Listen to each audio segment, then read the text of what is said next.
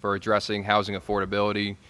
We know that the state, Commonwealth, is short more than 100,000 units. More than 60% of our homes were built before 1970.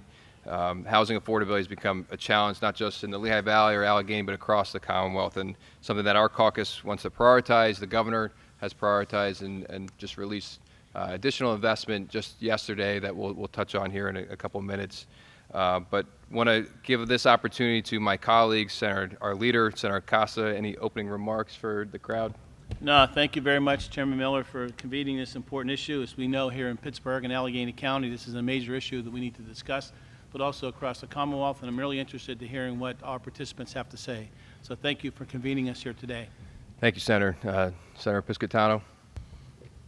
Good morning. I'm Senator Nick Piscitano. I represent 37 communities in Allegheny County, including the Mon Valley, East Hills, and South Hills. So we have different housing challenges in my communities, and I'm looking forward to hearing more about the testimony today. Thank you. Senator Fontana. Thank you, Senator Miller. I'm Senator Wayne Fontana. We're in my district. I have McKees Rocks and Stowe, had it for many, many years, been representing. So it's, to me, housing is needed throughout our communities. There's no question about it. Meaning affordable and market rate, by the way. There needs to be a good combination and a good balance of both as we go forward. Today we're here to talk about affordable housing and solutions for that. So there's a lot there's a lot of solutions, and we're going to be talking about one part of it here today. So I look forward to that, and certainly look forward to the future. I was on the City Land Bank for many years. It isn't functioning the way it should. There's no question about it. I think one of the questions may be coming out of Any county executive, Sarah Innamorato. So with that, I will kick it off. Prior to that, I was with the City of Pittsburgh Housing Authority for 10 years, which is a unique housing authority because it's an MTW agency. Came to the Allegheny County Housing Authority, 20 County Housing Authority 20 years ago as the CFO, and just recently, within the last few months, appointed as the director. I want to talk about several things that we are working on to not only focus on the availability of affordable housing, but also helping our district, which is also McKees Rocks, which McKees Rocks has some of the highest levels of affordable housing between Section 8 and public housing in its community. So what I think is important and what could help solve many issues that we're faced, not just affordable housing, to have affordable housing in it, which many of them have a lot of affordable housing, because most of the affordable housing started out as war housing. So that's why a lot of the communities have the public housing, as much public housing as it does. Then on top of that, you add the Section 8, which landlords buy a lot of property for Section 8. We want to focus on raising tax values. That's something I'm sure every community that you represent says we need higher tax values. You got to bring the school districts back. But you can do that using affordable housing. There's a program at HUD called Section 18 Scattered Site Disposition. What scattered site, and I'll use it as an example how the Housing Authority used it. 25 years ago, HUD provided the housing. We tore down Talbot Tires. Many of you that have been around for a while maybe remember Talbot Tires in Braddock. It was a four buildings, actually it was family high-rise in Braddock, actually right across the street from where Senator Fetterman currently lives, down at Egg and Thompson Works. Well, that was torn down. There was a local lawsuit back then, Sanders Consent Decree, that wanted to deconcentrate affordable housing. So what HUD did for the Housing Authority 25 years ago, they provided us funds to purchase 100 homes scattered throughout better census tract and better school district areas. Now that's important because those homes at that point in time were all public housing. Scattered site, HUD's definition of scattered site are 4 contiguous units or less. They were public housing for quite a few years. The children who grew up in those homes, who were mostly from Braddock, were all self-sufficient. They all graduated school or trade schools or high school and college and so on. None of the children who grew up in those homes are on the program are our Section 8 or public housing program, which is actually completely the opposite than most kids that grow up in our communities as soon as they're 18, unfortunately. But they were still public housing. So they were funded under public housing, which doesn't fund very well. And I'll just use one of our homes in the Mount Lebanon area as an example, was being funded at $600 per unit. So we were also, so we went to HUD and we said to HUD, hey, listen, we need more vouchers. And they said, there's no programmatic way to get you more Section 8 vouchers. I said, well, what if we went out and we bought scattered site homes and put public housing units in them? How long do I need to wait to put a Section 18 disposition application in to change them for public housing in a voucher? They said, well, nobody's ever asked us to do that before, but you could do it immediately. Well, immediately with HUD's regulation, maybe 6-7 months of paperwork. But the key there is they don't just turn it to Section 8 voucher, they give us an additional Section 8 voucher.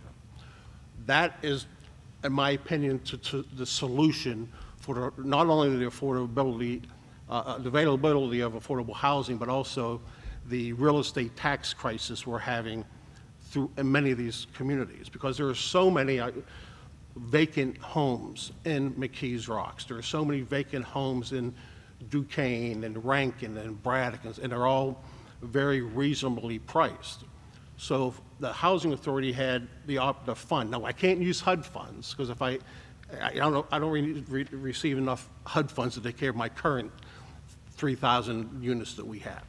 But what we've been doing and what we need more funds for, some of our non-federal funds, if we buy homes that are currently vacant and not on the tax rolls in these communities and make them public housing temporarily, we're working with the workforce development programs at Trade Institute of Pittsburgh, Goodwill, Hearth, DeWitt Waltons, A. Philip Randolph, that they have workforce development programs that they're getting people jobs. They're bringing people, so as we're working with those organizations who have low-income residents, many of them who are currently ours and living in public housing, now they have a job opportunity. Well, we can move them into those homes. Yes, there's Section 8. I know Section 8 has a horrible stigmatization to it. I know that. But here's a way we could use that Section 8 voucher, and that now somebody could buy that home. They buy that home from us, and now you could use that Section 8 voucher to pay a mortgage. You don't just have to use the Section 8 voucher to pay rent. A tenant can use that voucher to buy that home, get a mortgage from a bank, buy the home from us. What do? Oh, we go buy another house in that community for the next person who's ready. Now that house is back on the real estate tax rules, paying taxes to the distressed community, which is what they desperately need to get the school districts back up and running, to get the community back up and running. So there's currently a program out there, scattered sites, Section 18 disposition, that we can do this in every housing authority can do this in any community. One of the things I printed out for you is houses that are currently for sale or have been sold in the McKees Rocks area and the Rankin, Braddock, and North Braddock area. You can get many of those homes for under $100,000, but even let's say $140,000. The cost of new construction right now is anywhere between $500,000 and $600,000 for an affordable housing unit. You could take that money and if we're doing that, and we're doing that in larger communities. Affordable housing is always thought of as multifamily. Well, multifamily they're not helping. It provides housing. It does a great job in rehabbing housing, but it does very little for the community that it's in. Not paying much real estate taxes. It's not, it's great, it's needed, it's very much needed, but it doesn't do much to turn the community around. Well, if you're spending $500,000 to $600,000 for new construction, or you can buy, which again, paying very little real estate taxes back into the community, or you can buy 5 or 6 units between $80,000 to $100,000 in that same community. Those units weren't on the tax rolls. Maybe you have to rehab them, but you can still do 3, 4, 5 for what it would cost for new, and now give the opportunity for someone to buy that who is public and make them affordable housing, turn them into that Section 8 voucher, give an opportunity to buy those homes. That's something that's going to not only resolve the affordable housing crisis, it's going to help with home ownership, it's going to help with low-income ownership, it's going to help all these communities that we're currently in that already have too much affordable housing, but it's going to turn that neighborhood, they're going to welcome the housing authority. They're going to welcome Section 8 housing, because it's not Section 8 housing as we know it. When you have a lot of out-of-town landlords, and that's what you have a lot now, it's big business. If you see some of the rents, a one-bedroom apartment or house in McKees Rocks right now, the rent is $1,300. That's a lot of money. Same with Rankin, same with Braddock. So it's a great investment tool for out-of-town absentee landlords to buy up these homes and rent them out with no intention of getting those residents back in the workforce or selling those homes. They don't want to sell those homes because they're making too much money. We can buy those homes. We can partner with DeWitt Walton and Goodwill and all these other agencies to get, they're going to default on that because that Section 8 voucher will keep that default from happening. Thank you. I'll open up to any other questions. Senator Fontana. Yes, thank you. It certainly is a solution. I can remember way back when that tried to integrate single-family homes into neighborhoods rather than having what we call, when I was a kid, projects. It was here, it was in Keys Rocks, it was in Senator Costa's district in St. Clair, you know, and you can even say that for Hayes Manor, I guess, down there, you know. So you want to, the idea was to bring folks into neighborhoods in single family. And I was a realtor back then. This is way back. I'm still a realtor, but the pushback was enormous. You know, you mentioned Mount Lebanon. I sold in the South Hills. They didn't want nobody coming into those neighborhoods. I think today it's changed, that attitude. The problem when you say Section 8 is that people believe, and I can say this from calls we get, there's no oversight, there's no enforcement. Those landlords you're talking about, they don't care if their property's kept up. That's the difference, and maybe this program is different than that. I would hope it is, because they, you know, the idea is they want to buy the home, so it would probably change the incentive and make sure it gets done. But that's the issue, I think. Whether the perception is reality is another question, but for all Section 8, it's oversight and enforcement that's lacking.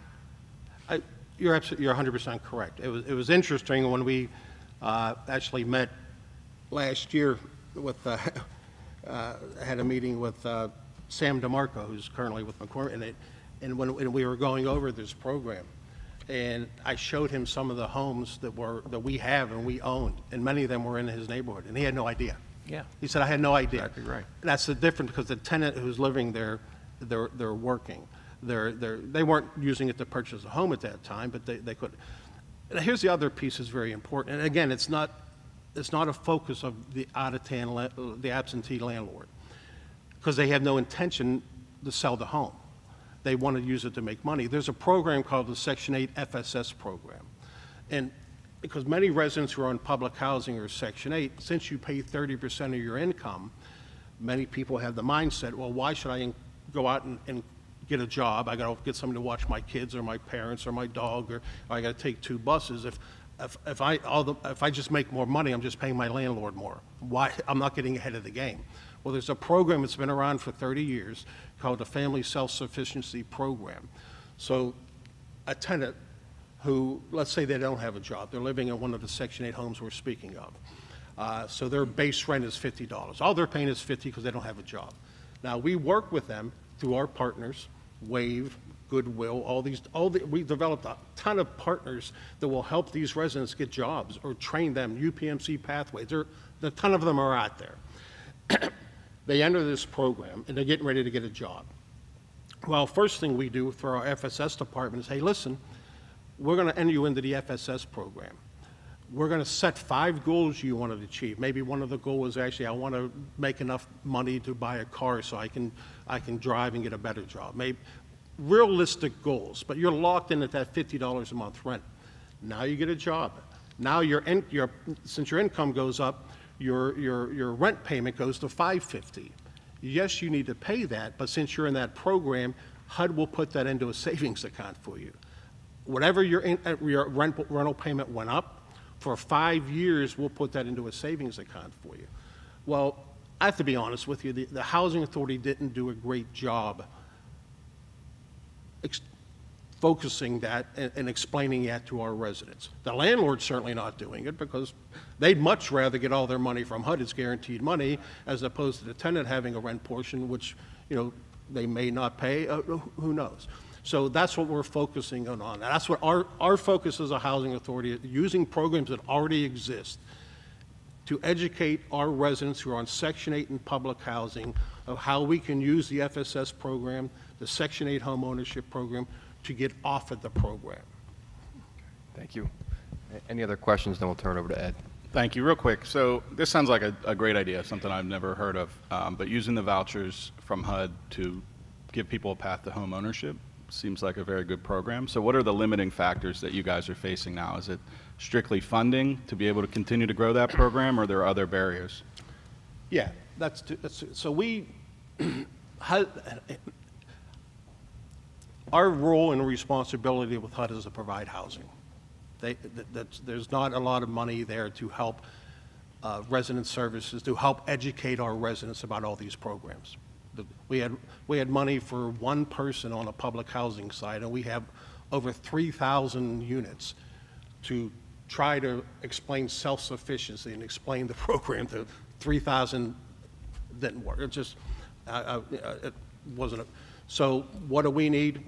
We have all the partners. Goodwill right now signed a lease. They're going to open up here, right in Pleasant Ridge. They're going to have a workforce development program, which is going to be open to everybody in the McKees Rocks area. Well, there's 500 Section 8 homes in McKees Rocks area, 500. Then you have our three public housing, we have 3 public housing communities. I need to go to every one of them and get the word out that, hey, listen, there's not only about the FSS program, but maybe it's the Trade Institute of Pittsburgh. Maybe it's the program for the Master Builders Association, that we have all these programs that can help you get a job. We have HUD programs that you won't be penalized to get a job. We have HUD programs that help you buy that house you're currently in, but you can't do it by mailings. You can't do it by you need to go and develop those relationships. That's one of the things that's holding us back. The other piece, if we're buying homes, that's just to help the people who are currently on the program get jobs. But the other piece we don't have the funding to buy those single-family homes. We don't receive enough HUD funding to do that, nor does HUD think it's our responsibility. If we want to make a difference, the tax credit programs are great. Most of the programs through the state are for multifamily developments. And I don't think multifamily developments work nearly. They're great for housing people. They're not great for turning communities around. They're not great for self-sufficiency or breaking the cycle of generational poverty. So separate state funding that could help purchase these homes would be great. Because again, it's just you're investing in real estate. Those homes are always going to go up in value, but what you're also buying is the subsidy from HUD to help turn that property around. What you're also buying is not providing housing, you're providing real estate taxes to these communities that desperately need it. So it's something that would take care of many different levels. Thank you. Senator Costa. Just very briefly, Mr. Stevens, first of all, good luck and congratulations on your new assignment. Thank you. I know it's a significant task. You and I have worked in the past on projects through LIHTC and other things like that. Just a quick question to follow up on Senator Fontana's question about enforcement. And what is it that you are able to do, or you might need us to work with you to be able to develop that gets folks to, maybe go and participate, whether it be with the A. Randolph Center or Trade Institute and all those places that help lead to self-sufficiency. What tools do you have to be able to incentivize or encourage someone to participate?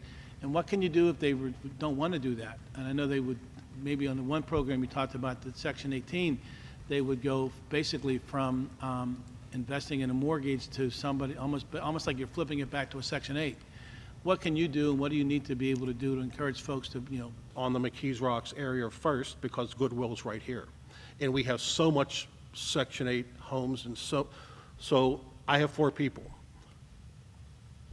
I have over 3,300, well, not just McKees Rocks now, but over 3,300 units that we own and manage throughout Allegheny County. We have over 6,000 Section 8 houses, so we're talking almost 10,000 families that need to be educated. I have 4 people. I'm going to do it. I learned in asking foundations for money, they want to see results, so I can't just tell them a plan and I say I know it's going to work. They want to see results. So we're going to have results, but again, if I have more people, I can get to those 10,000 households much quicker. The other piece, the partnerships are already there. They're already funded. Philip, I'll tell you very quick. We had a young woman in our Sheldon Park community up in Natrona Heights. We partnered with DeWitt Walton and his A. Philip Randolph program. His program is only an 8-week program. If you graduate his program, he will get you a job with one of the unions, for sure. So the young woman up in Sheldon Park, she had 6 children. 6 children all under the age of 12 that she was homeschooling because she wasn't comfortable with the school district. A former colleague of mine, Jeff Bees, who used to work with the City Housing Authority, he's with the University of Pittsburgh, vice chair. He connected me with several people from University of Pittsburgh, and that's exactly what I said to them. I know you have students who have to do internships. I know you have athletes who have to do community service. We already had the program. Anytime you can give me that we can connect to help what we're doing. Doesn't have to be full-time, obviously it's not going to be. Just if I can connect any extra support that the team already have in the programs we already have, that would be very, very, very helpful. Okay, thank you. Ed, we'll turn it over to you. Thank you, Richard. Appreciate that. We may have some follow-up questions then as well. Ed. Thanks, Chairman. So I'm Ed Nusser. I serve as Director of Housing Strategy for County Executive Sarah Innamorato. Thank you all for the invitation to join you here today. Before I joined the Innamorato administration about 16 months ago, I spent about 10 years in affordable housing development as a practitioner. I was the founding executive director of City or Bridges Community Land Trust, and in my 5 years there, I oversaw the development of about 50 single-family affordable homes. And so I've seen both the practitioner side, the development side, and now local government side from this as well. Hope my perspective today is helpful as you all wrestle with these incredibly important and incredibly nuanced challenges of housing affordability and housing supply. So a couple of things I wanted to touch on that the work the county executive has done in her first year and a half in office. Many of you have heard of the 500 and 500 initiative. So this was one of the first housing programs that came out of the executive's All-In Allegheny Action Plan, which was created during her transition into office and really serves as the policy roadmap for her first term. So 500 and 500 was a pretty bold plan for folks who have been around affordable housing a long time. The county executive said, we're going to house 500 people in 500 newly available units in the next 500 days. And that's light speed for affordable housing. And excitingly, we're on track to do it. October 19th will be day 500. We have already housed more than 500 people in 359 apartments. We've got 29 leases that are currently in process, 37 more units pledged to the effort, and over 70 more that we know are under construction right now. So incredibly excited about the process there. But really what it was, as Rich talked about, was really about making existing programs work better. Right? It was about aligning the work of the Housing Authority with our Human Services Department, with our Economic Development Department. And one of the things that also too is working with our LIHTC development community to set aside units. There's probably some room there to talk about with PHFA and the state around LIHTC scoring to sustain the work of 500 and 500, to sustain folks leaving homelessness and getting back into permanent housing, exploring what PHFA can do in the LIHTC system to reward developers that will do set-asides. And not significant set-asides, 5%, 10% of LIHTC units would be an immense help to our homeless system. And I think also too, I'd be remiss not to say about 500 and 500, I said we've housed over 500 people.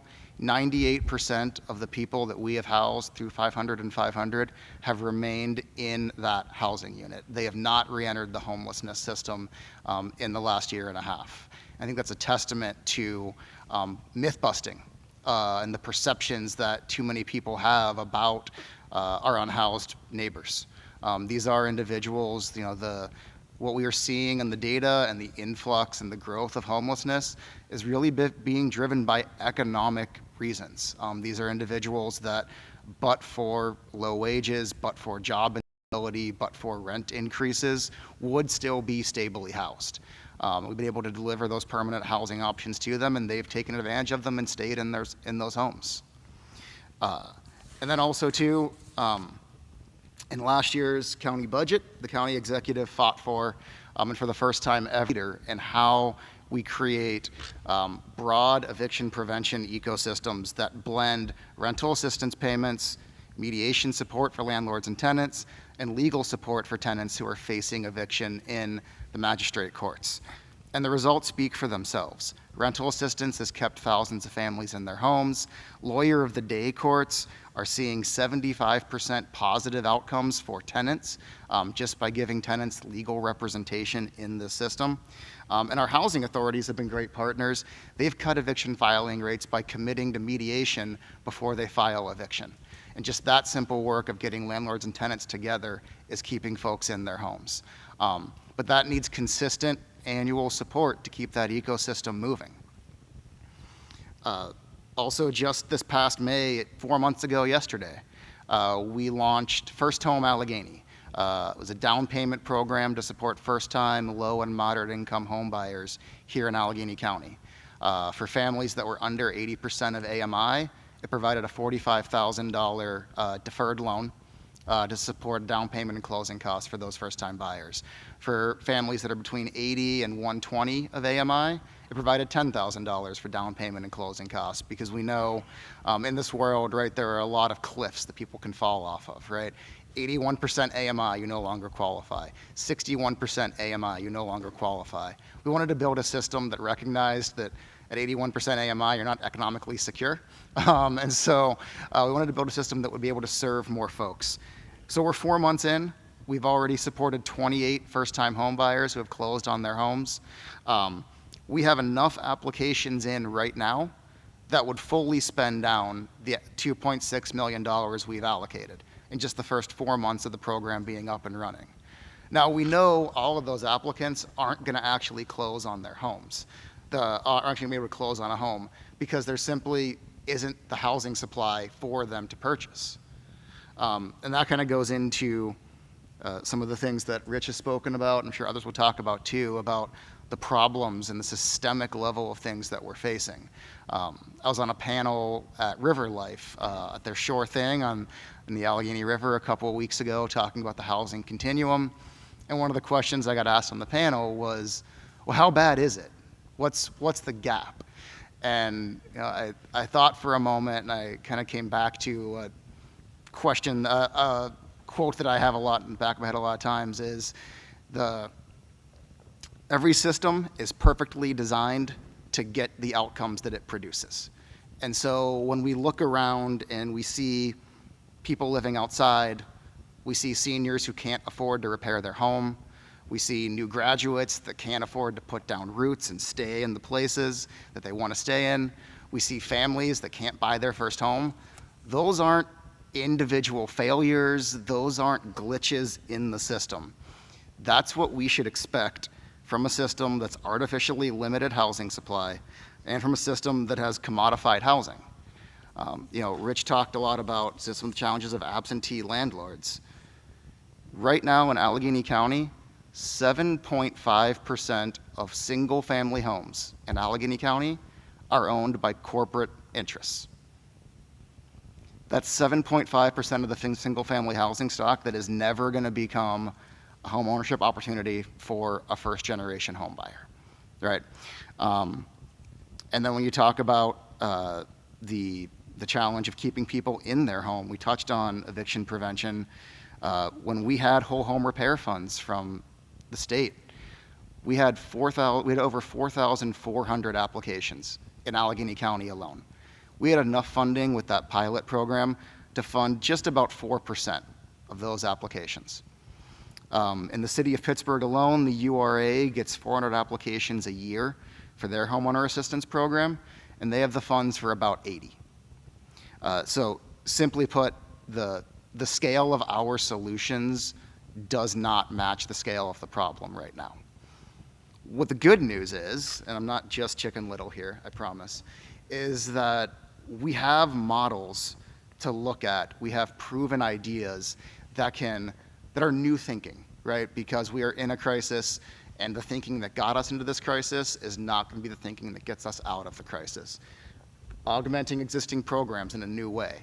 That is the lens that we need to bring to this work. We've seen really promising public-private combined funding tools, funding pools of investment that have been deployed in Montgomery County, Maryland, Atlanta, Chicago.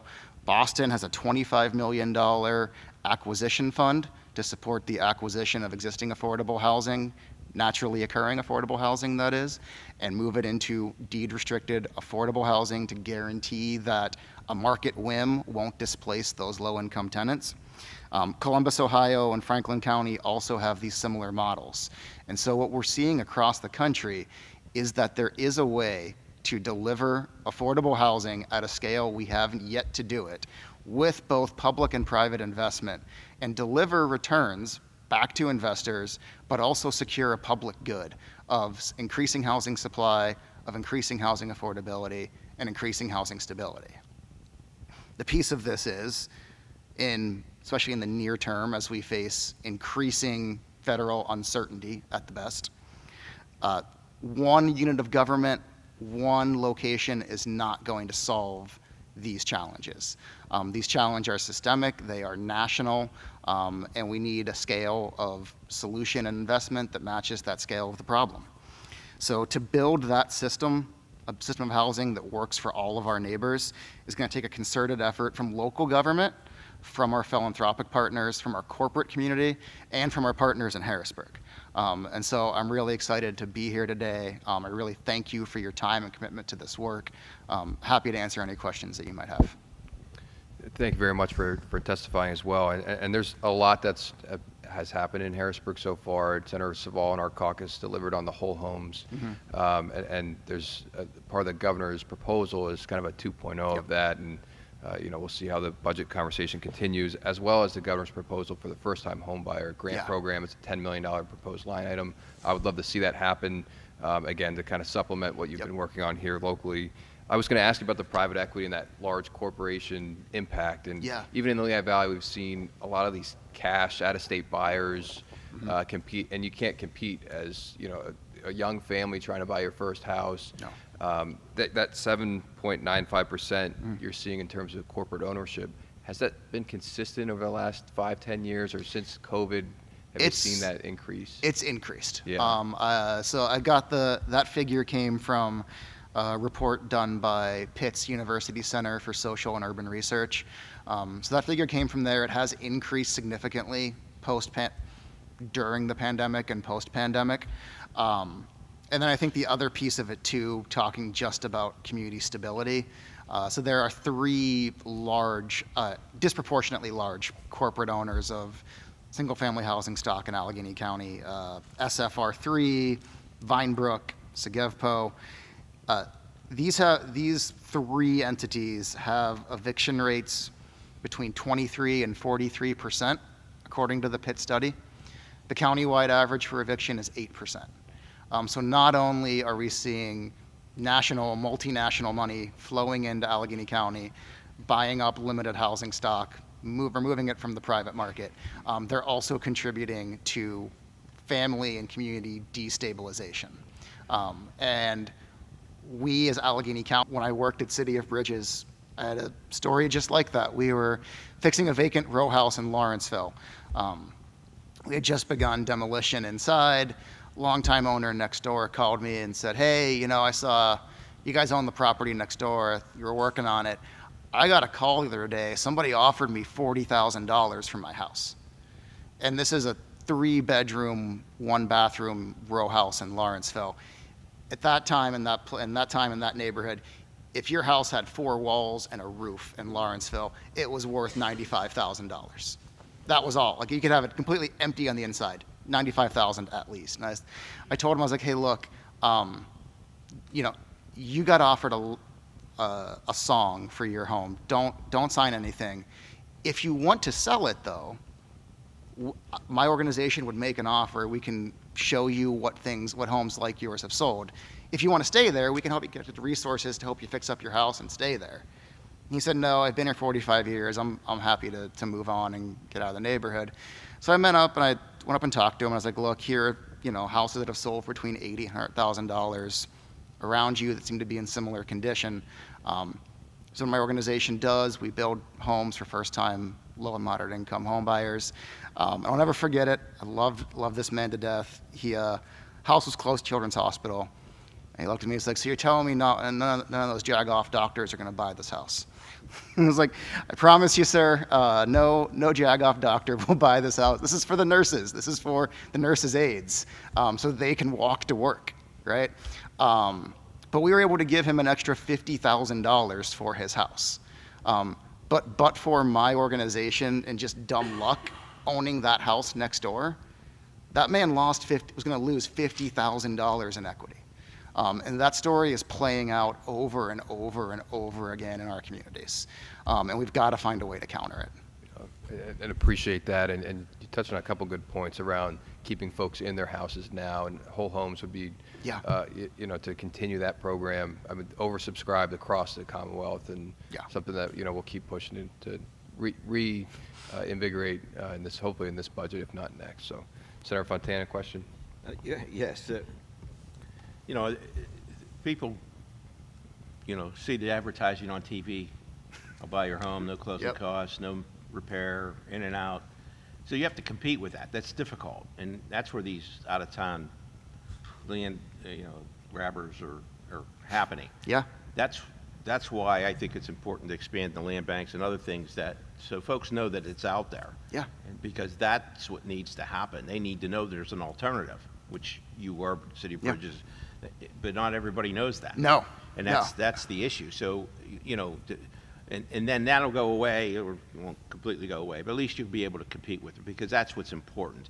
That's why, you know, maybe for the county, a land bank is a good idea to extend what you're doing, because the 500 program, that's for mostly homeless. Yeah. So to extend it to the next group, I guess. Oh yeah, absolutely. You know, that's where maybe a land bank would come in. We went with Howard Slaughter, we went to Cleveland a couple weeks ago to look at their land bank and how they, and it's actually a county land bank, and then all the municipalities feed into it. So the city would, or Stowe would, or, you know, it's a different concept, but it's still the same thing. Yeah. But back, you know, and most importantly, there has to be funding. You know, and they have dedicated funding for theirs that comes down from the state, things that we can do. So other counties and the land banks we give them the option to have a dedicated funding source. Theirs is, I think it's a delinquent tax, a piece of a penalty on delinquent taxes. They get a piece of it. Yep. But, you know, then the city council or the county council, whatever, would vote for that. But it's easy. Yeah. The problem in the city of Pittsburgh with the land bank, it wasn't funded. It was never really funded for all these years, and it doesn't function because of that. You know, so they overcharge. It costs $30,000 to demo a house here, where it's 13 up in Cleveland. I mean, why? To transfer it to Habitat or wherever is going to partner, it's $6,000, or up there it's $100. Those differences, we got to figure that out. And it's, you know, it's a process. We have to organize and have an action plan. It's just, you know, what we're talking about today is part of the solution, but there's more to it. Yeah. You know, to get it done and get it done the right way, and have a process that works. Did you steal him off the city? As I want to know, did the county steal him? No, Rich, when did you join the County Housing Authority? 20 years ago. So we didn't, I guess at some point the county stole them, but it wasn't us. All right. Don't Don't let them talk too much. The city might want to steal them back. But go ahead. On the land bank piece, Senator, I love where your head's at, and just so for awareness, actually, just last month, we, Economic Development and the Redevelopment Authority of Allegheny County, solicited RFPs for a exploration of and analysis of the existing land banking and land recycling system in Allegheny County, as well with a business plan and recommendations for how we move towards a county-wide land bank and land recycling system that can serve all 130 of our municipalities, because there are 130 different, probably even more than that, I was going to say 130 different housing markets. There are sub-markets in those municipalities that are all facing unique challenges around housing supply, around blight, around reinvestment. But no, we are on the same page in thinking about how we can harness the existing systems, either invest in what is working now, augment that with new tools to create something that can address, again, blight and land recycling the way it The needs to be relationships addressed. are here already. You have one, you know, he Yep. talking about the federal, we have PHFA, we have FAR, we have Habitat, we have Action Housing. There's relationships to get these all these homes rehabbed and back on the market. And there's thousands in the city of Pittsburgh, and I'm sure McKees Rock, as you mentioned, vacant houses just sitting there that could be affordable housing, first-time buyers. So that's, I think, is the goal, is how do we get there? Those relationships are there to once you get them, but you have to get there. And that was the problem in the city. They can't get there. They have problems, but we need to solve that part of it. So, thank you. Thank you, Senator. Senator Piscatano. Thank you. I want to return back to the corporate ownership issue. I understand what you guys are saying about competing with these folks, but I worry that that is kind of a race to the bottom and will rise costs for everybody, right? Especially private equity, and they're going to have more financial firepower than any governmental unit. So I think a real solution to that is figuring out how we can prevent kind of that predatory ownership that these large corporations are doing. And I know that's difficult for the local municipalities and probably the county. What could we do on the state level, either to give the local municipality or the county more power, or just do it on the state level to kind of crack down on that? I mean, is it a enhanced zoning or occupancy standards, or is it just a total ban on the statewide level, which would probably be very difficult politically? But like, what are the tools that we could give you to kind of crack down on these issues so that, you know, portions of Allegheny County that I represent are very old, a lot of row homes, but they could easily be well-maintained, walkable starter homes for folks. Yeah. Except there's places that are entire blocks that are corporate owned, and those corporate folks are just trying to make money. So even if they're only renting out 3 of 10, but they're charging $1,500 a month, they're still turning a profit, but meanwhile that whole street is basically vacant. So what are the tools that we could do to regulate that? So I think, I'm sure as you're well aware, Senator, with your district, you know, one of the challenges that we see across Allegheny County is capacity and support for municipal work, right?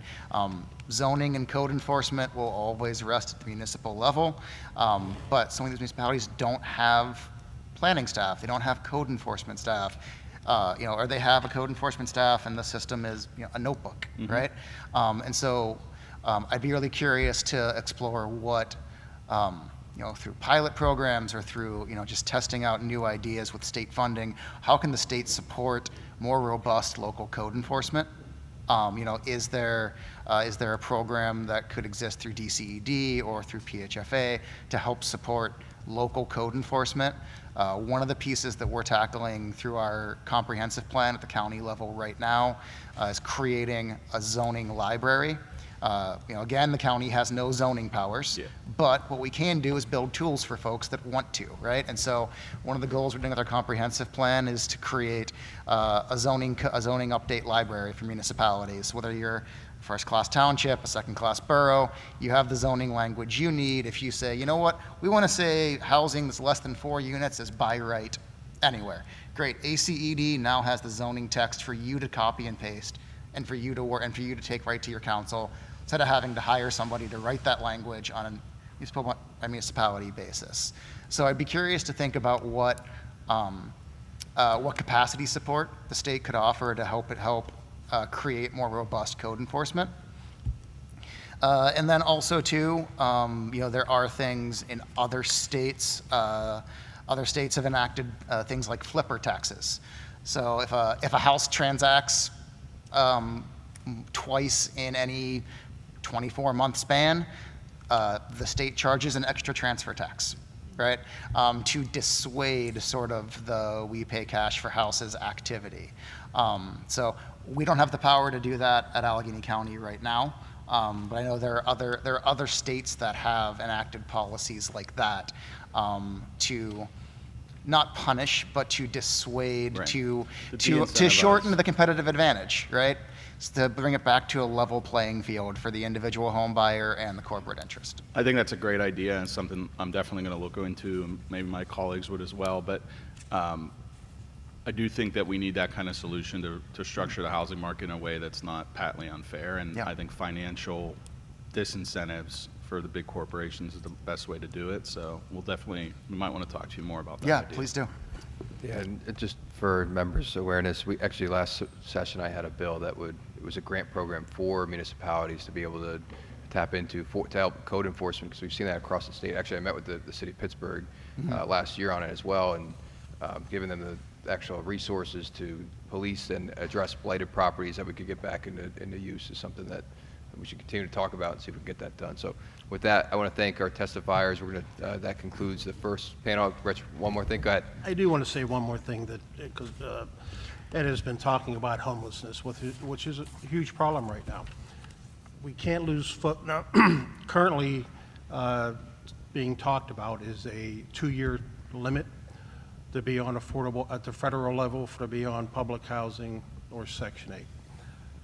I don't believe there's going to be a 2-year limit. Talking to my HUD colleagues, what I do believe there's going to be is a working requirement, and that's more reasonable, and that actually was done before under the welfare program, under Welfare to Work.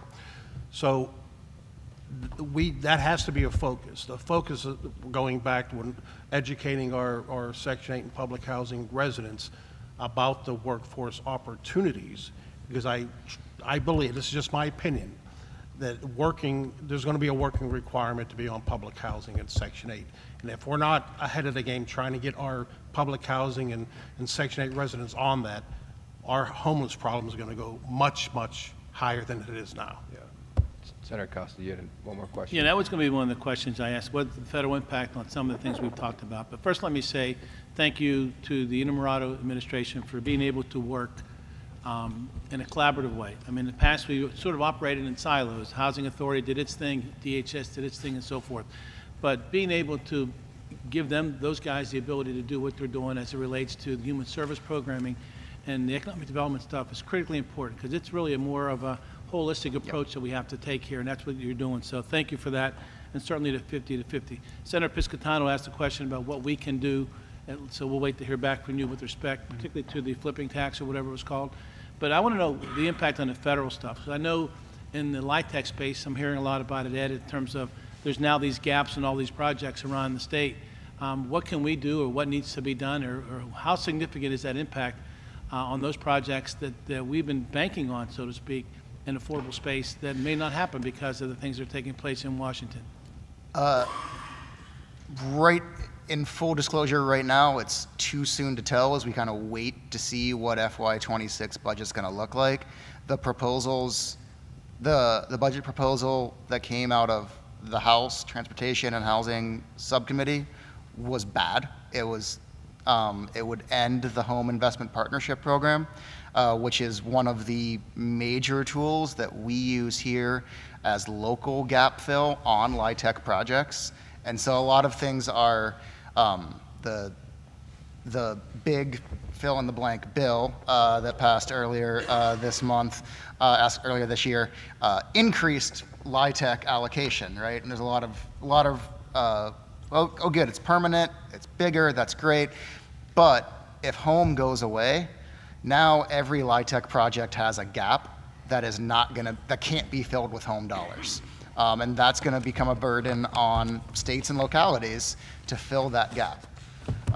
There's also, too, I think, some legitimate concern about expanding LIHTC allocation, coupled with what are expected to be a reduction in the corporate tax rate. And so if you increase the supply of a tax credit but reduce its value because your taxes are lower, you're going to wind up with investors that are paying less on those credits, which is going to drive a gap in the project even higher. So yeah, I will say the bipartisan Road to Housing Act that just came out of the Senate Banking Committee has some really reasonable and exciting proposals to see how that advances. That could be a decent piece of legislation. A lot of it will hinge on HUD rulemaking. I think also for context on the federal stuff, we had a Department of Human Services looking to apply for a grant just last month for HUD's, it's called COC Builds, Continuum of Care Builds. It's going to be a $7 to $9 million grant to support new construction of permanent supportive housing for folks with mental or behavioral health challenges, substance use disorder, or physical disabilities.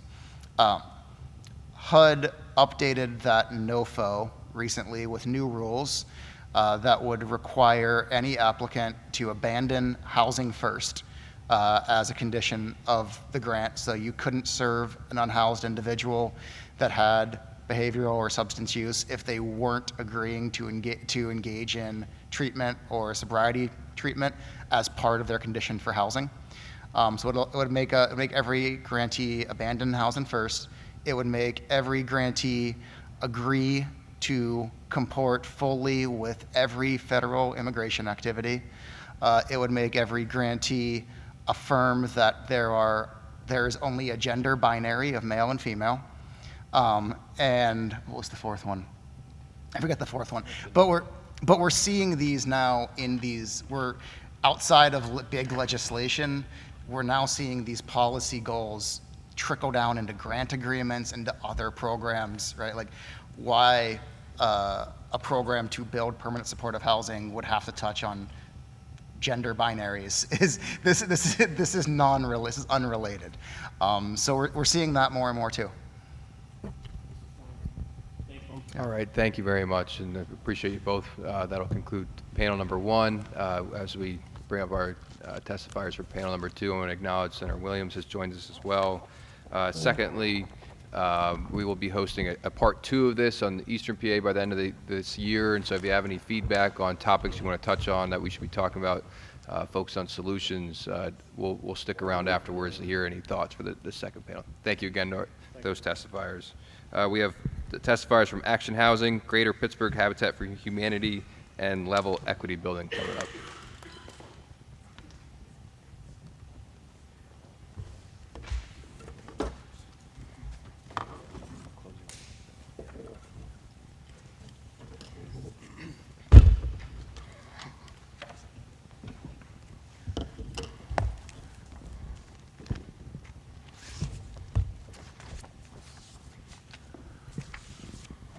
All right, James, you can kick us off from Action Housing. I'd be happy to. Good morning, Senators. Thank you for inviting us here today to talk about this issue. I really appreciate the time and thoughtfulness you've put into this. My name is James Aish. I'm Director of Real Estate Development for Action Housing. I'll give a quick background on Action Housing, the organization, what we do, and the work that we're involved in, and then give a little bit of a spotlight on a few programs and real estate work that we've done. And I think there's some lessons that can be learned from our success in a few of these areas, as well as some of the challenges that we face. So really briefly, Action Housing is an affordable housing nonprofit developer located in Pittsburgh. We do work throughout Allegheny County.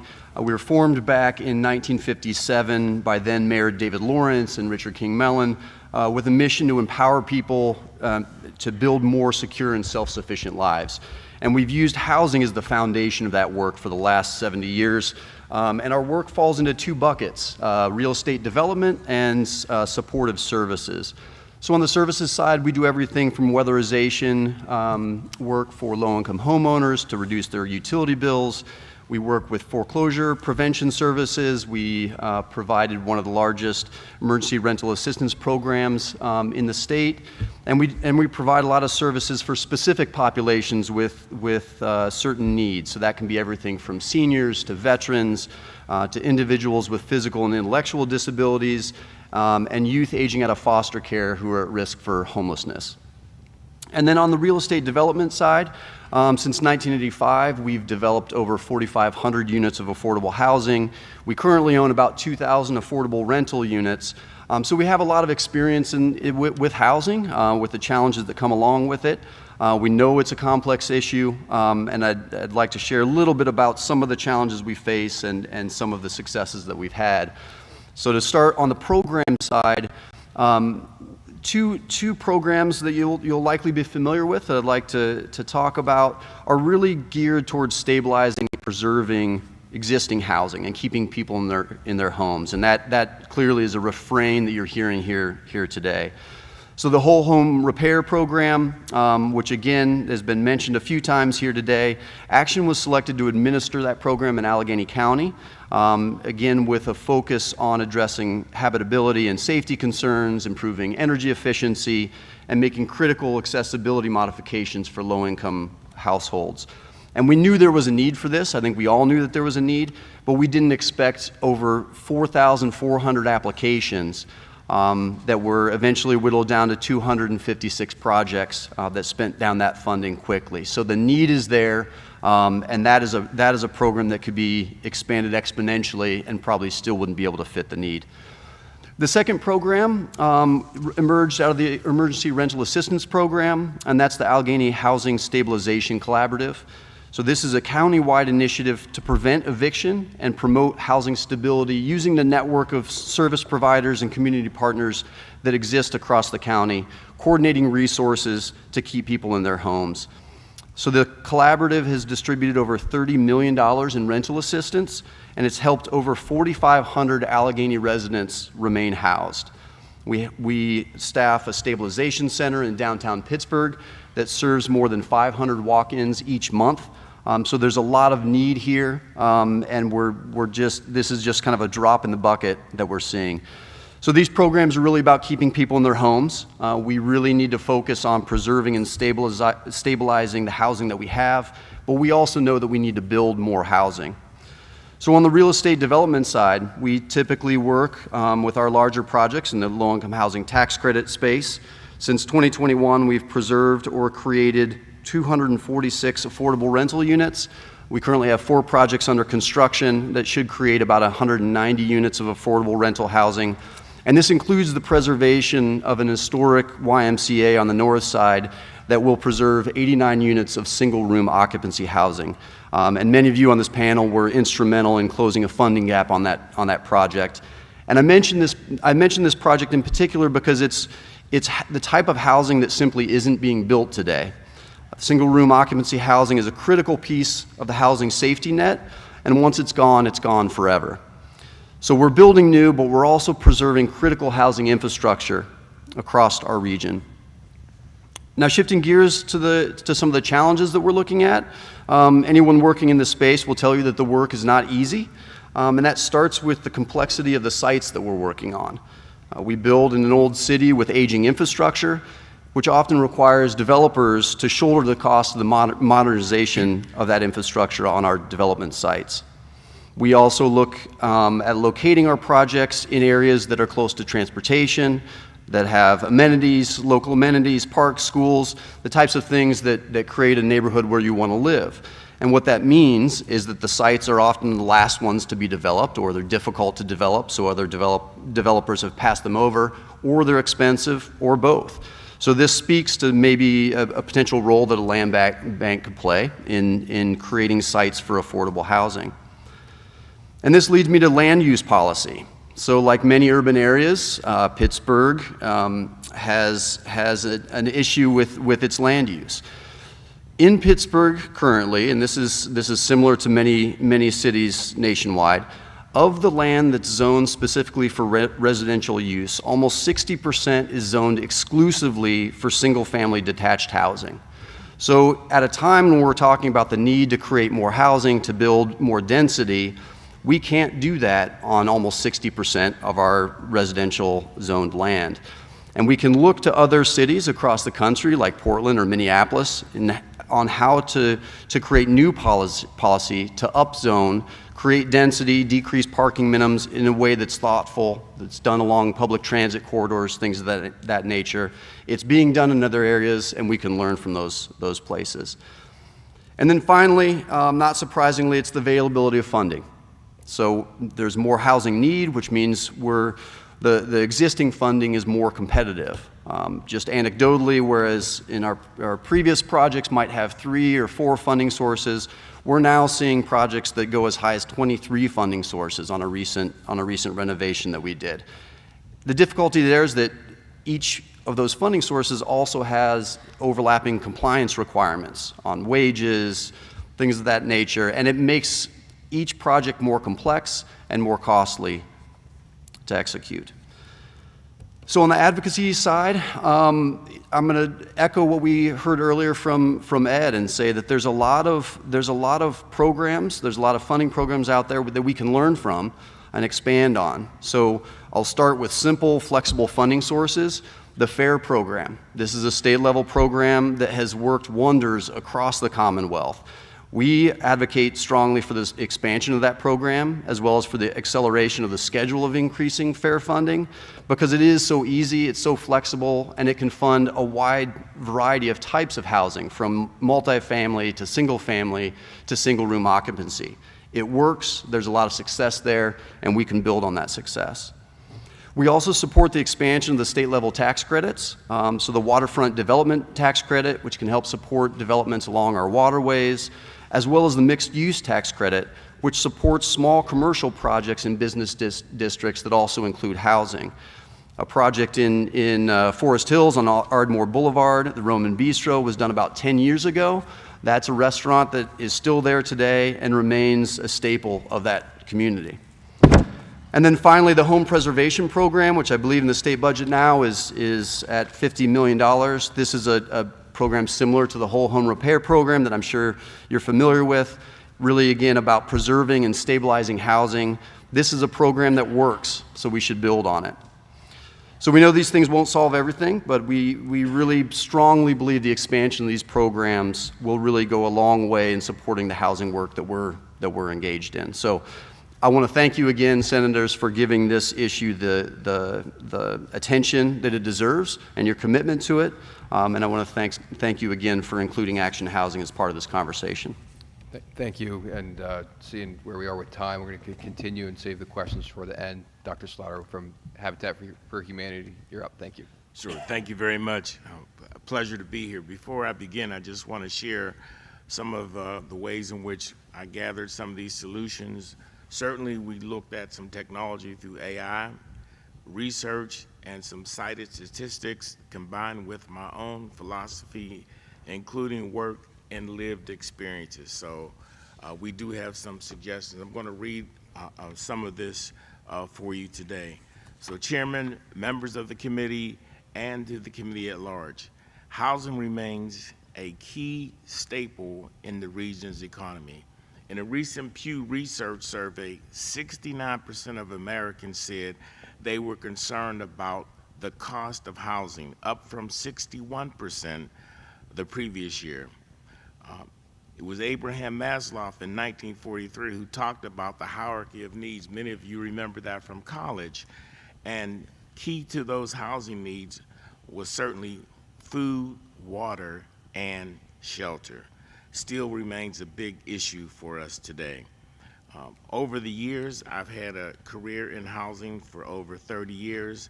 I was the regional director for Fannie Mae, which we financed over $2 billion in affordable housing under my leadership. I also served for 7 years on the board of the Pennsylvania Housing Finance Agency with support from Jay Costa. Thank you for that. I also served on the board of the Housing Alliance for Pennsylvania. I was appointed by the governor to the Pennsylvania Economic Development Financing Authority. I served also and still serve on the Pennsylvania Community Development Bank Operations Committee. I'm on the board of the Federal Home Loan Bank of Pittsburgh. And I say that to say, with all of that experience, one of the places that I enjoy the most working is Habitat for Humanity of Greater Pittsburgh. And I will tell you why. Habitat for Humanity has some unique opportunities. And one of the things that we've heard a lot of great comments today, but Habitat for Humanity not only builds homes and restores homes, we are also the bank. So when families work with us and they come to our program and they complete our program successfully, they know they're going to become a homeowner. And that's a big deal for many of the families that we work with, because a lot of families get disenchanted throughout the process of homeownership. I also was the Vice President of Community Development at Dollar Bank, and we saw that effort when we brought people to the bank, that they were concerned about were they going to get their home. And at Habitat, we can ensure that they will receive their home. Senator Fontana mentioned the work of the Land Bank, and one of the key facts, I agree with you, Senator, that we need to see more about this, and we need to focus more on land banks in the county as well. The land banks play a significant role in making a difference. And the senator mentioned it, I want to re-mention this, just to give you one example. We've worked with the Pittsburgh Land Bank, and we're happy to do that, and we're very excited about the work we have done. One of the problems that we see is the cost and the financing. We did take a trip to Cleveland, and just to give you one quick example, when our counterparts in Cleveland works with the land bank, they can purchase a home for $100 from the land bank. The land bank even told us sometimes they don't even have to pay that amount.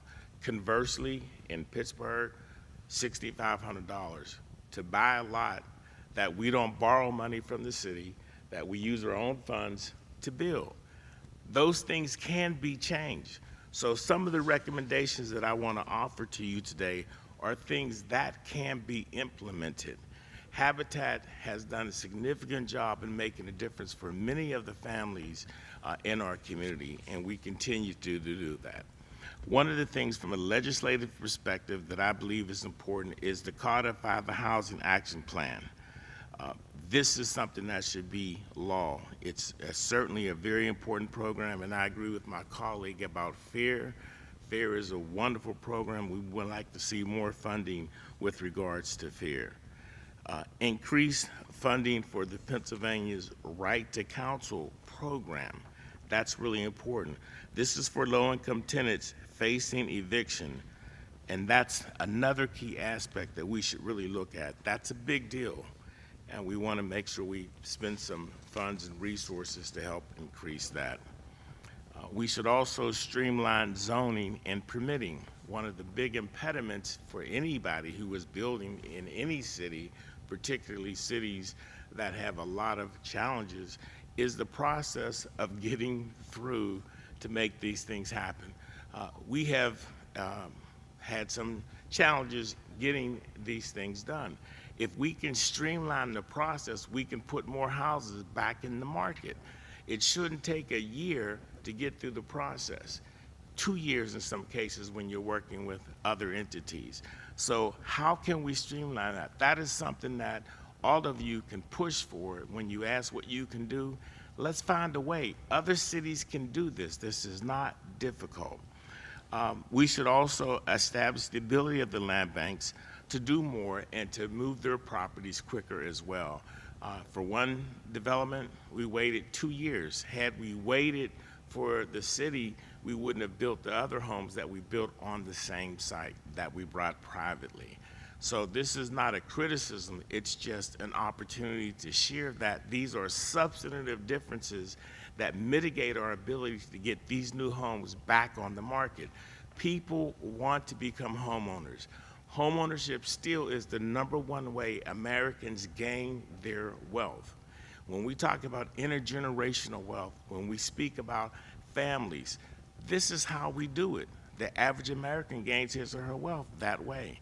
In Pennsylvania, one of the good facts is about the state is that home ownership overall is about 72%, which is higher than the national average. But when we look at the home ownership rate for minorities, it's far below that, 29% less than the 72%. So when we speak about marketing and how we bring people to the table, that's an area where we have to focus on. And so those are key aspects to what we need to do to ensure that home ownership continues to grow in our particular state. The state could also offer other programs, and one of the ideas that I think would be very helpful is when we speak about home ownership, we talk about all of the benefits that home ownership brings. But when you speak to individuals about how you can become wealthy, how you can pass on the legacy of home ownership, it's almost like a forced savings program for some people. Some people have the inability to save. On average, Americans only save about 2%. So if we are able to speak to, provide marketing materials and ways in which individuals can understand that there are significant benefits to home ownership, that gets more people excited and more people having an understanding. Particularly in the minority community, there are many, many families that have first-time generational homeowners. The process isn't always explained. There isn't someone always to say, here's how you do it. And that's what's important. So we've got to be smart about how we market. It's not just about the interest rate, it's about the overall picture that can make a difference. At Habitat, we take the time to work with our families. They have to go through counseling. They have to understand budgeting. We share with them what we do. The other key factor that we think is really important, our home ownership rate is significant and our delinquency rate is very low. One of the reasons we believe that is because we also focus on volunteers. Families who work with our program must complete 350 hours of volunteer work. What does that do? That connects them with other people. It helps them to understand that this is not just about you, it's about others. But what it really does, we don't have any statistical data, but we believe this is the fact. Because they are invested in their own homes, when they put the grout on the ground, when they help do the drywall, they realize this is my home. And they're much more tied to that home as opposed to somebody just saying, buy this home, buy this home. They have a commitment, a personal commitment, much more difficult to walk away when you put sweat equity in anything, particularly a home. So this is what's critically important. And so when we emphasize the benefits of home ownership, when they're working side by side with others who are helping them to become homeowners, all of that matters and makes a significant difference for the increase in home ownership in our particular market. We also can expand the closing cost assistance for families. Closing costs is very important. I will tell you, if you don't already know, here's the big deal at Habitat. Our interest rate is 0% fixed for 30 years. I don't think anybody in the room can do better than that, right?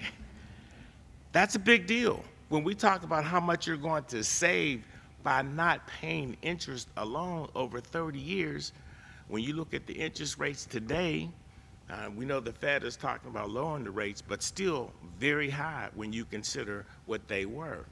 That's a big incentive for people to become homeowners. So these are the things and the benefits that Habitat brings to the table. We want to expand our work. We want to do more development. And we do that through partnerships, and we have a number of partnerships. But that's something that I think is very, very important.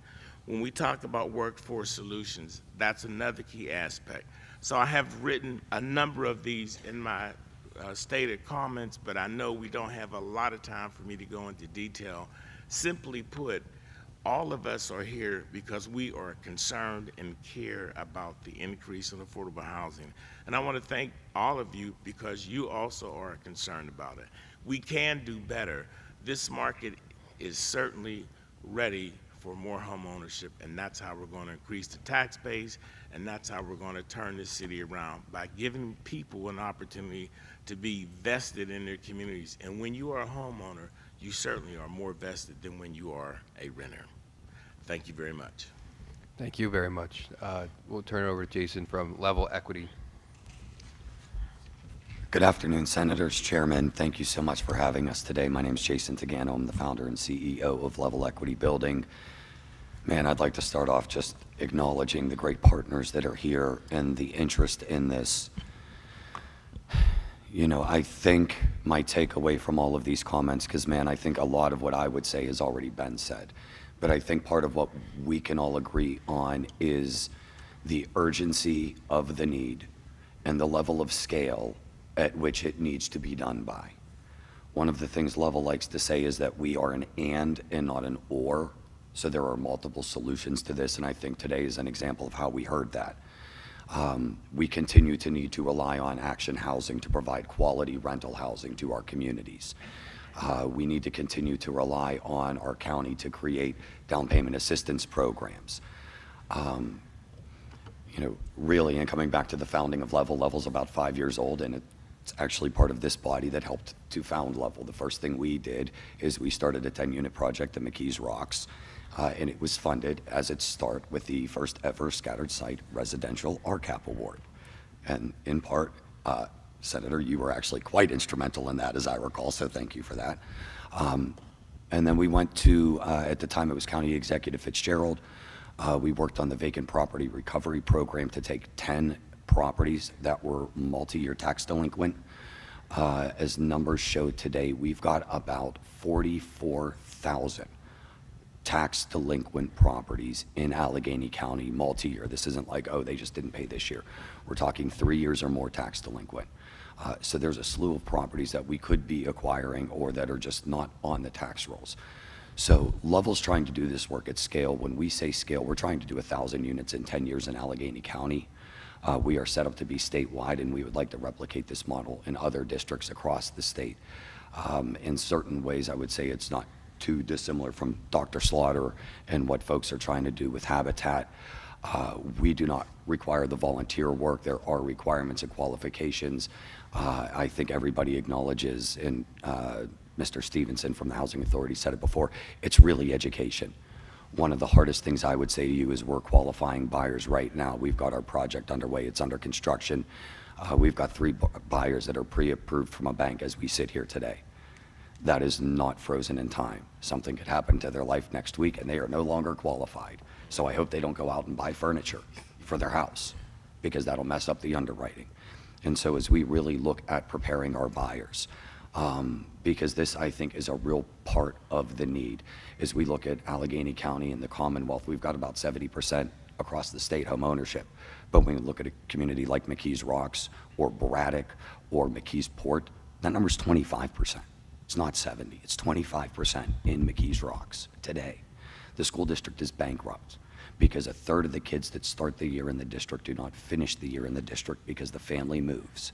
Because the average rental property, they stay in it for about 3 to 4 years. And then the family leaves because rent comes up every year and we got to re-sign leases.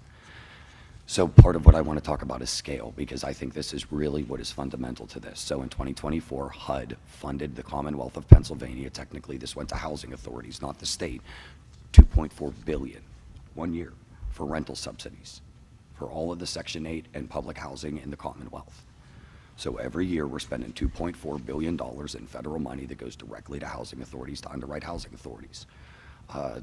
In fairness, some of that money goes to PHFA for the LIHTC program and things like that. But the vast majority of this it's $2 billion every year. So we need to do this at scale. We need to talk big numbers. The need in Allegheny County, if we were really saying it's about 30,000 units, that's $12 billion in construction costs. How do we even get there? So what Ed was saying earlier about public-private partnerships and corporate investments is absolutely right. We need the state to really lead on this, because I don't think the federal government is going to do that. But I think the Commonwealth has the ability to take this lead as an initiative and really driving how we can start to create a real pot of money for home ownership. Fair is nice, but it's competitive between a number of other funding things that could be out of it. There is no dedicated funding source for home ownership. And so that really needs to be created. There is a bill in the House. Representative Powell introduced it. It's House Bill 275. That bill was drafted in cooperation with DCED to set up this pot of money to really make sure that all varieties of home ownership are affordable. So there is money for whole home repair in there. There's money for down payment assistance in there. It's an acquisition fund, but it's really meant for sale. Because I think what's really important to convey in this is that affordable housing is a little bit of jargon for us. So in breaking it down, there's a couple of different things. Affordable housing, if I'm going back to my URA days, is rental. It's single-site, multifamily, income restricted rental. If you go to the URA and say affordable housing, they're going to give you a LIHTC application. That's kind of how that works. The other programs that are available are FAIR and are the Federal Home Loan Bank program, and they are really not funded in a way that gets us to scale. They're wonderful programs. They're monumentally effective, but if we need to do thousands of units, then we need billions of dollars. And I don't think that that all has to come from the state. But if we're not really looking at how we create pots of money that are really hundreds of millions for the Commonwealth, and then putting it to the local municipalities to find ways like down payment assistance programs and other match programs that local municipalities and foundations can support, that we can do this in a strategically organized way, we're never going to get across the finish line. It's going to take us hundreds of years to build 30,000 homes as we sit here today. And so really looking at some technology and some other things that help us go faster, more streamlined, of course, permitting processes is a part of it, but again, they're education, funding, contractors. Rich talked about workforce training programs. These all have to be streamlined into one sort of vehicle that is moving everything forward together, because if we're operating in silos, these things are not going to be necessarily as effective as they could be. The final thing I'll echo is, because everybody seems a little surprised by this, but Rich was right. There is a program. The Housing Authority can convert vouchers. Level currently has a cooperation agreement with the Housing Authority that we've been working on this program for the last 3 years with them, and this is doable. We're hoping, we've got the houses we have under construction now, we're hoping that some of this could actually be part of this pilot that Rich is talking about. So we're trying to work out the details in real time, but these are solutions that are on the table, and we think they can be effective. That all being said, I'd rather give you guys time for questions, so I'll yield back. Thank you. May I just make one more Yes, suggestion please. here? I wanted to make sure this was on the record. I do think we should develop incentives for private developers to include affordable housing in their developments. That's termed density bonuses. Density bonuses allow developers to build more houses in zoning areas typically where they would not be permitted to, provided a percentage is set aside for affordable housing. That's one of the ways we can certainly increase affordable housing. If developers had incentives, I'm not saying we make them do it, but give them real incentives, and density bonuses can be one of those ways in which we incentivize developers, because that's a key critical aspect of what we do. And that's something that I think can be done legislatively in a reasonably simple period of time. Thank you. Thank you. I'll open up to any questions from my colleagues. Senator Williams. Thank you, Senator Miller. Thank you to all the panelists and to the first panel as well. So I know that the capital stack needed to build housing often requires like 10 different entities at a minimum to figure out how to make the math work to build a project. And we know the state is often just like one of those pieces. James, Dr. Howard, you talked about FAIR being a good program. What, if any, changes would you make to the program or consolidate or working with that would make figuring out how to build these projects easier and quicker to do? And I know that's kind of a big question, but go for it. Sure. I'll start and you can jump in. To be quite honest, the FAIR program works. Okay. So there aren't really fundamental issues that at least we've experienced with it. As I said in my remarks, it's flexible. It's relatively easy to combine that with other funding sources, and that's really one of the critical complications, is that sometimes as you bring more and more sources of funding in, there are some funding sources that work better with others and can And then create create some have more strings and more strings, pre-requirements. exactly. Yeah. And so I think that the way that FAIR has been structured, where it has income requirements, there are certainly outcomes that are required for the use of that funding, but it works so well with all of the other affordable housing funding sources that, frankly, like personally from our experience, we don't see fundamental issues other than the fact that we could fund it, Use more money. endlessly. Okay, Yeah, great. exactly. That's good to know. As a former board member of PHFA, I remember going on the board, and one of the first things they did is gave me a sheet with all these acronyms. And I can tell you, people just, I don't think many people could even say what the acronym FAIR stands for. And my point is, from an education perspective, this is where an opportunity lies with PHFA to just get the word out and explain the program in common, easy, relative terms. Okay. That will get more people involved in it, because when you look at that and you see it and you read it without an understanding, it looks daunting, but it really isn't. And it does work, which I agree. But I think something simplistic as having PHFA, and I know Robin quite well, just talk more about it and share the aspects of it, and so it's more demystified as opposed to being a program. That's a real helpful suggestion. Something as like, just let people know it exists so that developers can look to it to make a project happen that's great advice. Sure. And my last question is, James, you mentioned the waterfront development tax credit. All us Allegheny senators have waterfront, being that we're in the land of the rivers. It's a tax credit that is proposed to go away, which I am not in support of, because I think that it is something that could be used more. And I'm also supportive of changing the cap. And I've heard some feedback that having the cap lower than other tax credit programs, such as EITC, means that it's not being used to its full extent.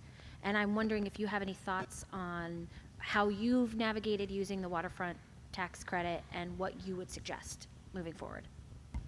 Well, to be honest, we haven't used it, right? So it's funded at a relatively low amount, and to my knowledge, I'm not sure how much it's been used in Pittsburgh, but we've looked at a couple projects along the riverfront in Sharpsburg and some other communities where we've tested the waters. That pun unintended, but it's one of those tools, and I think you'll hear this and you've heard this over and over today. It's kind of there's no one silver bullet for solving this housing issue.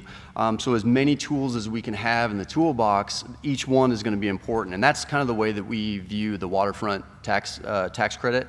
So the expansion of it, I think, is going to be an important piece as we consider all different types of funding sources to support development. But our personal experience or our organizational experience is that we haven't used it yet, but we're trying. Yeah, I want that money to get used on some projects to redevelop property along the river, whether it be old industrial that's no longer industrial, that's looking for new industrial use or housing use or recreational use. There's like so much more opportunity on our rivers than I think that we are taking advantage of. Thank you. Thank you, Senator Williams. Any other? Senator Fontana. Thank you. Just for Action Housing, I think it's important to note too, you do things. I mean, I was involved with the YMCA's, and I can remember walking through them before I was sick, how those folks lived in there. So what's been done there is tremendous, without a doubt. But you also do for disabilities, and there's been a couple over the years in my districts, and I think it's important for folks to know that you do that. I think I think it was one in Heidelberg, maybe one in Uptown. For different types of disabilities, the building is for that. So it's good to have those things happening too. And Action Housing does that. So I just wanted to throw that out there. You don't have to comment on it, but I thought it was important. I think it's also important for Habitat. How are you funded? Thank you very much for the question, Senator. One of the things we look to, donors, number one. We have a lot of donors who support us, foundations, philanthropically, We also have events, but we raise our funds through those kinds of means. And certainly, we could certainly use additional support from governmental agencies. We don't have any federal funding at this particular time, but those are the ways in which we do it. We go out and raise those funds. It's not always easy to do, but certainly if we had dedicated sources, that would be helpful. Well, obviously, I was on Habitat for a lot of years, and there's no public funding really. It's the donations just amaze me that people are donating the kind of money that they are. Big money, not too long ago, from what that's true. remember. And that's because of the job you do and the reputation that you have. When you talk about relationships, was talked about by Rich earlier, Habitat, Action Housing, for sure, FAIR. These are so important. There's more to it all, as I mentioned earlier, but it's important to have you folks sitting there. Jason, just on your end of it, I mean, you have a model. Can you explain to me what that model is as far as public-private? A little bit, Senator. I think some of our negotiations are still ongoing with how the private model works. Ultimately, it is an investment that funds would be invested in that would be returned. Depending on the investor, obviously, there's some say in how that starts to move the needle. With different investment funds, there could potentially be different investment returns that come out of it. So as it really gets driven into it, it's really almost a deal-by-deal or case-by-case basis. Is there public money in your model? I guess that's where I'm... I mean, at this point, there is, because on the first 10, we have the RCAP from the state as we got into this. I think if this model is going to be effective at scale, there has to be a place for government in it. Private sector and investment will not come without government. I think how we are trying to look at that investment in that scale is, how do we minimize government's role, and how do we ensure that, in theory, what we're really trying to do with the state, and we've had some conversations around this, is that how do we set it up in a way that it's a one-time revolving fund from the state's point of view, so that we're not coming back for appropriations and new requests year after year. We think that there is a way that, just based on how the structure of the bond can be written and created, this can be a one-time investment and I got to use this term loosely because I've been yelled at by attorneys. A fund is a thing. The money can go into a fund and it can continue to get revolved. And it won't get watered down, and it would always be returned. So I think that there's some really exciting space happening here on the corporate investment side for a place, especially like the Commonwealth. The investors that we're talking to are really interested in something, frankly, in sort of the hundreds of millions and billions of dollar range, which is not something that the city or the county could carry on their own. We would really need something at the scale of the state or the federal government to really support this type of work. Thank you. Thank you, Senator Fontana. Any other questions? Senator Costa. Yeah, thank you, Mr. Chairman. Let me start by saying thank you to each of the panelists for your advocacy on the programs that you've talked about. Every one you spoke about are programs that our Senate Democratic Caucus has always made a priority. We'll continue to do that. James, as you know, you mentioned the mixed use you referenced place in Forest Hill started out as one of the original Muffy program projects that combined retail and also housing as well. And it's the blend of those type of things that are really important as we go forward. So we're going to continue to try to increase the mixed use tax credit as a priority, but some of the other things you talked about. I want to go back to the FAIR program, because throughout the day the conversation has been about educating folks about programs. And while the FAIR program has flexibility in terms of making investments, a lot of it also has to do with making investments in organizations and community organizations who have a specific role of reaching out to the community members and educating them about opportunities and where they can jump into a particular program and be able to have access to housing. That's an important part of it as well, and that's why it's extremely important that we continue to grow that program as well. But I want to thank each of you for the work that you do. It's really important. The leadership of each organization, you sitting here, and also folks, your predecessors and current folks, have been outstanding partners along those lines, and we look forward to continuing working with you in advocacy. And we didn't talk about the Neighborhood Assistance Program, the role that you all played, and how important that is with respect to organizations as well, the advocacy you all did in that space as well. So thank you very much for all that. Thank you, Senator. If there's no other questions, I've got just two quick ones and then open it up for final remarks from my colleagues. The waterfront tax development, actually I was going to ask about that, looking to utilize that in the Lehigh Valley, and definitely don't support removing that and do support increasing the cap there. The Habitat Humanity, is that home ownership focus, is that just specifically here in the Allegheny region, or is that across? Well, our affiliate covers all of Allegheny County, but we know of other affiliates. So this whole region is covered by an habitat. There are other habitats. There are over 1,100 actually in the country, but we cover Allegheny County. We're the largest affiliate in western Pennsylvania. Philadelphia and Bucks County, they cover that side of Philadelphia. And that 0% financing, I mean, that's obviously very lucrative to addressing some of the need here. I mean, is that typical, or is that specific here? It is typical. It's not required. So I want to make the point that we continue to fund at 0%. Yeah. But it is typical with many of the habitats. Some are charging some interest rates, and even those who are charging, they're charging 1 or 2%. So the affordability, when we talk about affordability, that's what we're talking about. Right. You know, and so that's true affordability, and we like to say that as often as we can. So thank you. Yeah, appreciate that. With that, I'll open it up for closing remarks from my colleagues.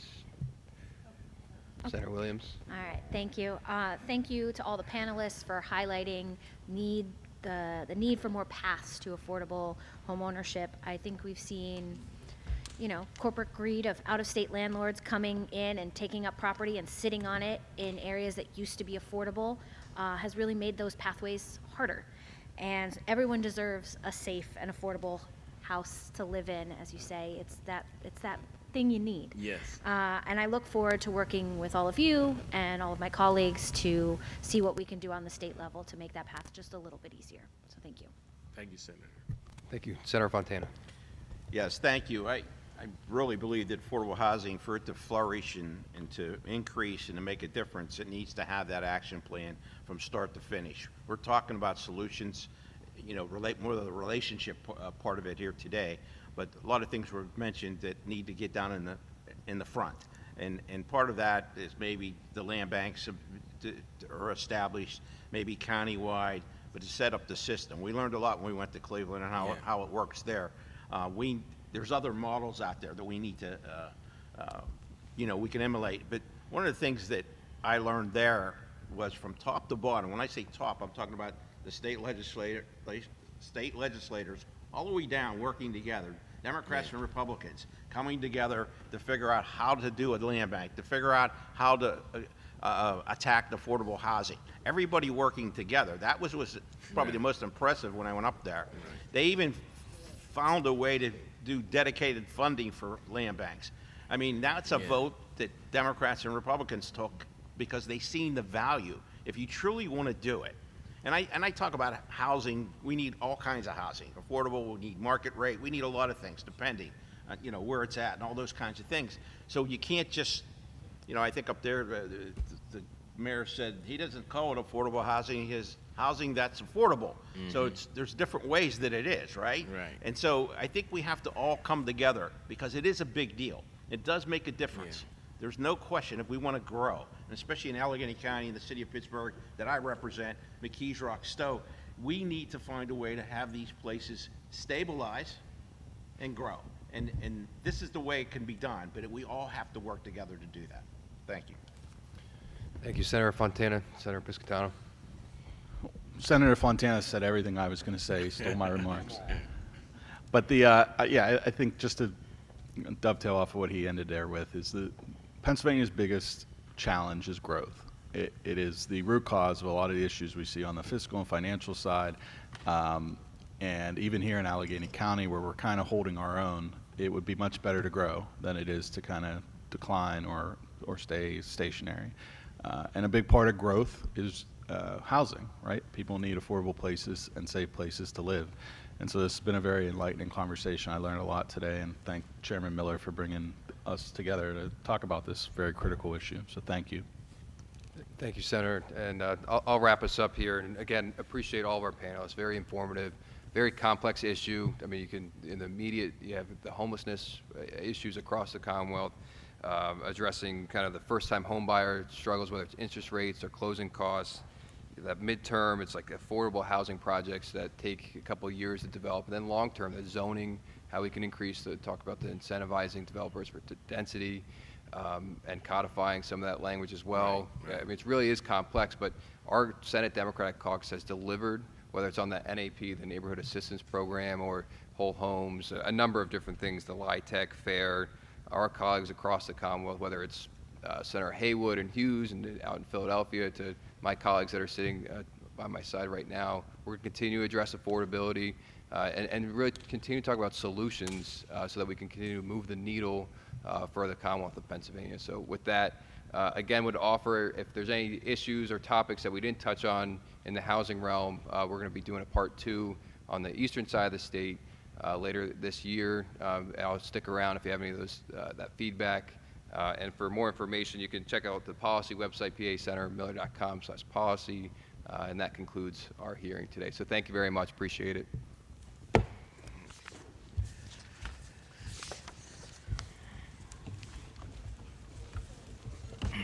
Recording stopped.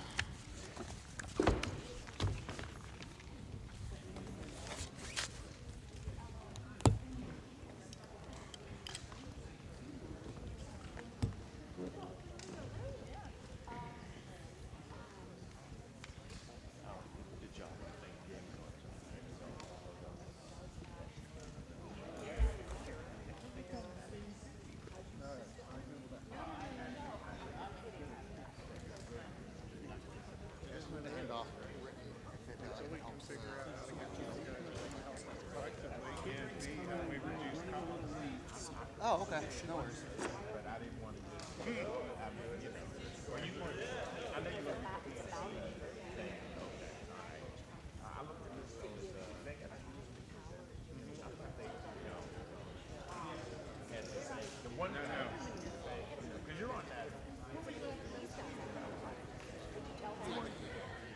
Oh, I was in Europe. I needed it. We had our summit and we moved after 22 years. You know, we had to move the office. Yeah, good job. Hey, thank you. Always good. Always a good conversation. Yeah, it Rich is. here too. Very important. Yeah, definitely.